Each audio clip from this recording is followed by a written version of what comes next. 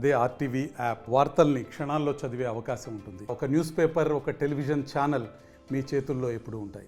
Principal పుష్పని మాట్లాడుతున్నాను. గత 8 సంవత్సరాలుగా సేమ్ బ్రాంచ్ లో ప్రిన్సిపాల్ గా ఉన్నాను. ఇవాళ ఉదయం 8:30కి క్యాంపస్ కి వచ్చిన తర్వాత ఒక మెయిల్ వచ్చింది. అది నాచారం క్యాంపస్ నుంచి శ్రీనివాస్ గారు అని.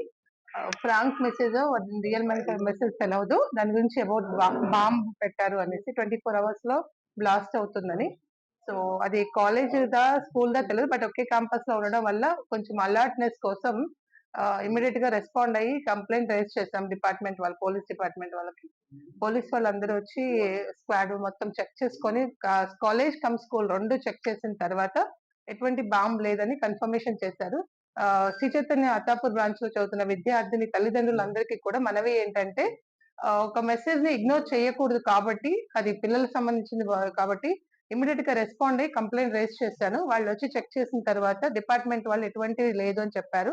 సో భయపడాల్సిన అవసరం ఏం లేదు. సో కంపల్సరీ మేనేజ్మెంట్ మేమందరం కూడా సపోర్ట్ చేస్తాము. ఇది ఒక ప్రాంక్ మెసేజ్ అని అనుకుంటున్నాము. దాని గురించి ఎటువంటి భయపడకుండా పేరెంట్స్ అందరు కూడా మాకు సపోర్ట్ చేసి పిల్లల్ని యథావిధిగా స్కూల్ కి పంపించాలి అని కోరుతున్నాను.